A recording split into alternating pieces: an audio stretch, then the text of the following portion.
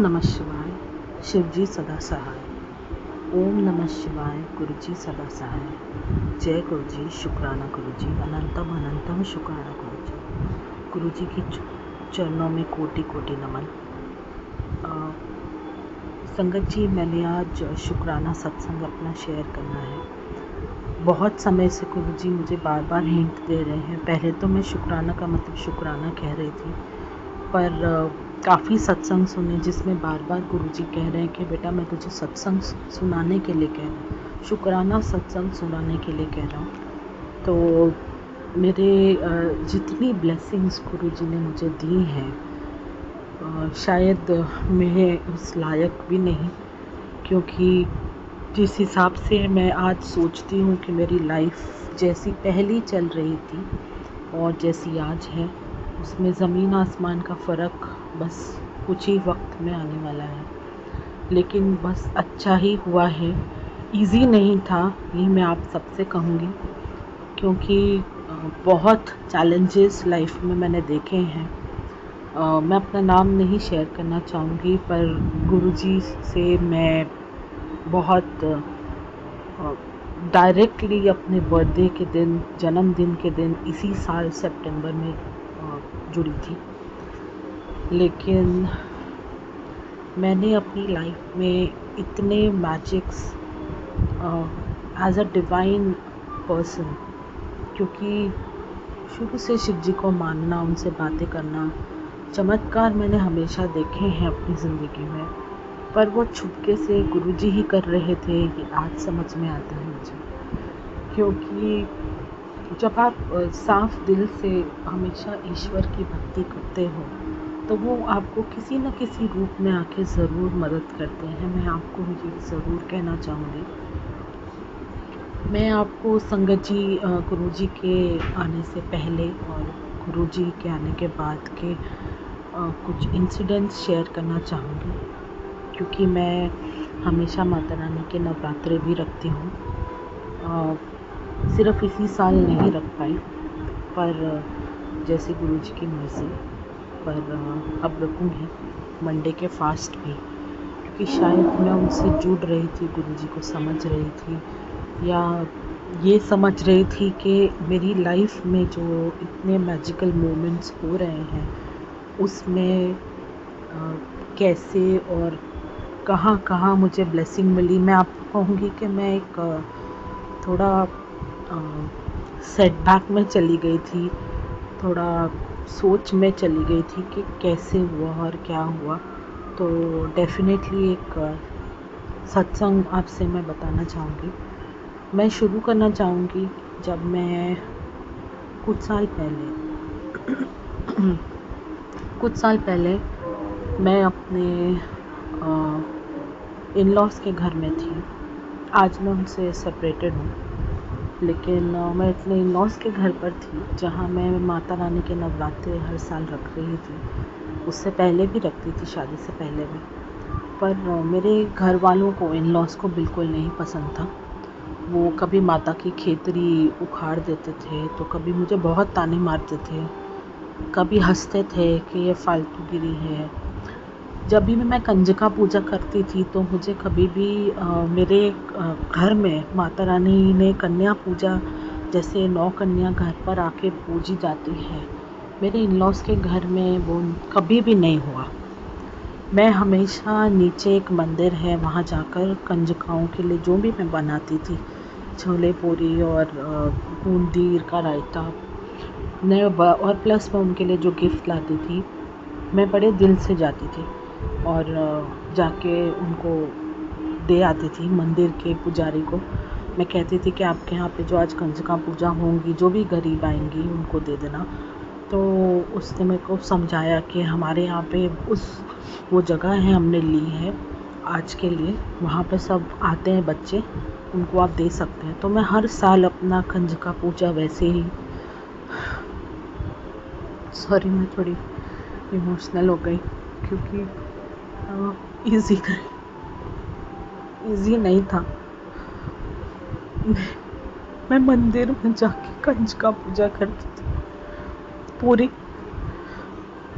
हो तो क्या, वहाँ बहुत कंजकाएँ आती थी, मैं उन सबको खिलाती थी, मेरे को बहुत अच्छा लगता था। ऐसा हुआ है एक दिन गुरु संगत जी के मैं कुछ आउट ऑफ बॉम्बे चली गई थी 1 साल के लिए अपने इन लॉज के साथ, क्योंकि मेरी लाइफ अच्छी नहीं थी। मैं आपको डिटेल क्या ही बताऊं अभी। तो वहाँ भी मैंने मेरी कंजका पूजा रखनी चाहिए। वहाँ मेरे घर पर 8 कन्याएं आई, क्योंकि वहाँ उनके जो रिश्तेदार थे वगैरह वो काफ़ी नज़र रखते थे हर चीज़ के लिए। तो मेरे घर पर 9 की जगह 8 कंजकाएं आई। 8 कंजकाएं आई और मैंने सबका अच्छे से विधि से पूजन किया। मैंने कहा माता रानी, ये तो अभी अनजान शहर है, मैं तो जानती नहीं किसी को, यहाँ कोई मंदिर भी नहीं है आसपास में, मेरी 9वीं कंजका कैसे पूरी होगी। अब देखो आप ही के हाथ में। आप मानोगे नहीं संगत जी, कहाँ से एक गाय का बछड़ा आया मेरे घर के मेन गेट पे। मैं परेशान थी और मैं अपना आंगन पानी से धो रही थी। मैं सोच रही थी कि मेरी 9वीं कंजका में क्या करूं। मैं सोच रही थी कि मैं ना सामान लेके जाती हूँ, हलवा पूरी, और मंदिर में कोई बैठी होगी आज के दिन में तो मैं उसको दे दूंगी। इतने में एक गाय का बछड़ा आया, कहाँ से पता नहीं, और आके मैं जो पानी मेरी सीढ़ियों से बह रहा था उसको आके पीने लग गई। मैं उसको देखा और मेरे मन में पता नहीं क्यों आया कि मैं हलवा पूरी लाके इसको दे देती। मैंने जैसे ही रखा वो तुरंत खा गई सारा। मैं उस वक्त भी मुझे स्ट्राइक नहीं हुआ कि वो माँ खुद आई थी, लेकिन बाद में इतना रोई घुटने के बल बैठ के कि माता रानी तूने मेरी लाज रख ली। और एक ब्लेसिंग है। एक बार क्या हुआ कि मैं अभी वापस आ गई थी अपने इन लॉज से सेपरेट होके अपने घर। तो मुझे फिर से सब शुरू करना था अपनी लाइफ में, ज़ीरो से सब कुछ, क्योंकि मैं सब कुछ वहाँ छोड़ कर आ गई थी। मुझे बहुत बुरी तरह से बीमार हो गई थी मैं, ऐसी बीमारी कि मेरी शरीर पे पूरे दाग हो गए थे बहुत बड़े बड़े, और पानी छोड़ते थे जैसे कोड़ लग जाता है ना इंसान के शरीर को। मैं बहुत रोई मैंने, और आप मानोगे नहीं मैं संगत जी, मैंने बहुत दवाइयाँ खाई थी, लेकिन इतनी स्ट्रॉन्ग मेडिसिन के डॉक्टर भी बोलते हैं कि इससे ज़्यादा हम स्ट्रॉन्ग नहीं दे सकते, आपको अभी जितना पेन हो रहा है आपको बर्दाश्त करना होगा। और आप मानोगे नहीं, वो दवाई खाई नहीं खाई के बराबर था। मैंने एक एंजोफ्लैम करके मेडिसिन आती है, बहुत हैवी मेडिसिन है वो डॉक्टर बहुत सोच समझ के जिसको भी रेकमेंड करता है। मैं वो एक की जगह 2 खा रही थी तब भी मुझे तकलीफ़ हो रही थी। मेरे पूरे शरीर में ज़ख्म थे, ज़ख्म। और मेरे हस्बैंड की सोराइसिस है, तो उससे मेरे शरीर पे भी आ गया था वो, और वो बहुत सीवियर हो गया था। मुझे बहुत तकलीफ़ हो रही थी। जब बहुत कोशिश करने के बाद भी ठीक नहीं हुआ तो मैं बस ओम नमः शिवाय, शिव जी सदा सहाय, मैं यही कहती रहती थी क्योंकि मैं शिव जी को मानती थी। आप मानोगे नहीं, कहाँ से मेरे ब्रदर ने डॉक्टर ढूंढा, मुझे ठीक करवाया। वो डॉक्टर की दवाई असर धीरे धीरे अपने आप दाग सूखने लग गए, मेरा पेन बेरेबल होने लग गया, मैं धीरे धीरे रिकवर होने लग गई। वरना मेरा भाई बेचारा पूरे घर में, मैं नीचे एक गद्दा बिछा के बैठी रहती थी, वो पूरे घर में छिलके उड़ते थे मेरे स्किन के, शरीर के, और वो उसको झाड़ू मार कर ठीक साफ करता था। वो रोता भी था बहुत, बोलता था क्या हो गया आपको। मैं खुद रोती थी और जो देखने आता था वो भी रोता था। मैं इसलिए कह रही हूँ कि ये गुरुजी ने किया है, क्योंकि इसके तुरंत बाद मुझे जो सपने आए हैं बटरफ्लाइज के, और मुझे इतनी बटरफ्लाइज दिखी, मैं कहती थी कि इतनी बड़ी बटरफ्लाई कैसे हो सकती है मेरे दरवाजे के साइज़ की, मैं शायद सपना देख रही हूँ। वो उड़ के मेरे एक रूम में चले गए, जिस रूम में मैं अभी रह रही हूँ। उस रूम में पहले मेरे पापा थे। पापा आज नहीं रहे, लेकिन मैं ये कह सकती हूँ कि वो गुरुजी ने किया। मैं उनका कितना शुक्रिया करूँ, मेरे पास लफ्ज़ नहीं है। संगत जी, और एक सत्संग है।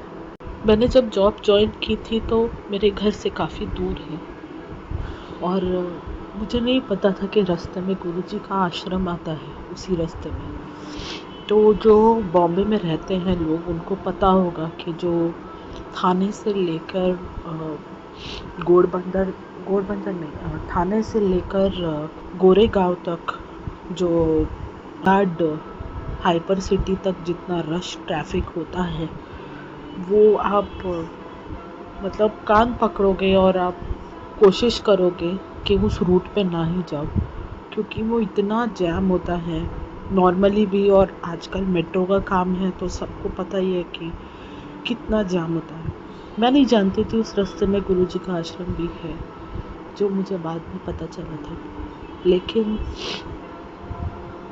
मैं रोज़ उस रास्ते से जाती थी, और ऑफिस के लिए और वापस आना, तो मैं रोज़ का कम से कम 3 से साढ़े 3-4 घंटे मेरे सिर्फ ट्रैवलिंग में जाते थे। कहाँ से मुझे गुरुजी ने ब्लेसिंग दी, एक दिन कहा तेरे को गुड न्यूज़ मिलेगी। संगत जी, आप मानोगे, जहाँ सारी दुनिया वर्क फ्रॉम ऑफिस कर रहे हैं, बैक टू ऑफिस जा रही है, मुझे ये ब्लेसिंग मिली है कि वर्क फ्रॉम होम, मैं घर से काम कर रही हूँ। आप मानोगे नहीं संगत जी, मैं इतना रोई थी जब मुझे लैपटॉप मिलकर मैं घर आई थी, और मैंने कहा था भगवान आपको मुझ पर दया आ गई। मैं सही में कह रही हूँ, मेरी एज भी बहुत हो गई है अभी, और इस एज में इतना भागा दौड़ी, मुझे ब्लड प्रेशर की प्रॉब्लम है, लेकिन मुझे वर्क फ्रॉम होम मिला है और मैं घर पर से काम कर रही हूँ। ये मुझे गुरुजी ने ही ब्लेसिंग दी है। मैं बहुत शुक्राना हूँ इस चीज़ का, नहीं तो मेरे बहुत पैसे खर्चा होते हैं वहाँ तक ट्रैवलिंग करने के लिए। जैसे कि गुरुजी कहते हैं कि मैं पहले हेल्थ ब्लेस करता हूँ, फिर वेल्थ ब्लेस करता हूँ, तो यही था कि मेरे को पहले हेल्थ ब्लेस की गुरुजी ने। मैं बहुत ज़्यादा बीमार थी, और ब्लड प्रेशर भी मेरे को काफ़ी तकलीफ़ देता था। आप मानोगे नहीं संगत जी, मैं आज भी अगर मुझे कुछ प्रॉब्लम आ रही है, जैसे कि एक दिन था कि मुझे बहुत फ़ीवर हो गया था मेरे बर्थडे के नेक्स्ट दिन ही, जिस दिन मैंने गुरुजी से मानना शुरू किया था, और मैं जान गई थी कि गुरुजी कौन है। थोड़ा बहुत जान गई थी, अब तो मैं सारी ज़िंदगी भी अगर कोशिश करूँ तो हम ईश्वर को कभी नहीं पहचान सकते कि वो कौन है, लेकिन हाँ, गुरुजी है, ये मैं मेरे बर्थडे के दिन जान गई थी, जब मुझे पहली बार उनकी ब्लेसिंग मिली। नेक्स्ट डे मेरे को बहुत हाई फीवर था, कम से कम 102। मैंने दवाई नहीं खाई, मैं हाई बीपी पेशेंट हूँ, मतलब 150-180 मेरा बीपी, और मैं मेडिसिन भी लेती हूँ, लेकिन मैंने उस दिन मंत्र जाप करते करते सो गई। जब मुझे पता चला कि मेरे को बहुत फीवर है, मैं जस्ट सो के उठी थी और मेरा पूरा बॉडी पेन हो रहा था, मैं काफ़ी बीमार थी उस टाइम।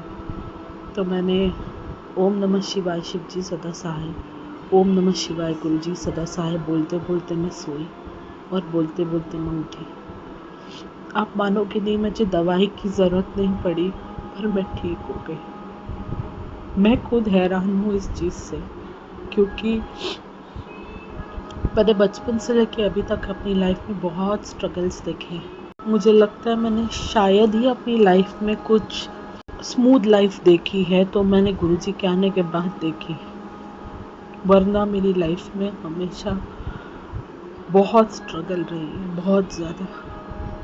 अच्छा संगत जी, और भी सत्संग है शुक्राना के, मैं फिर कभी शेयर करूँगी। फ़िलहाल अभी तक के लिए इतना ही।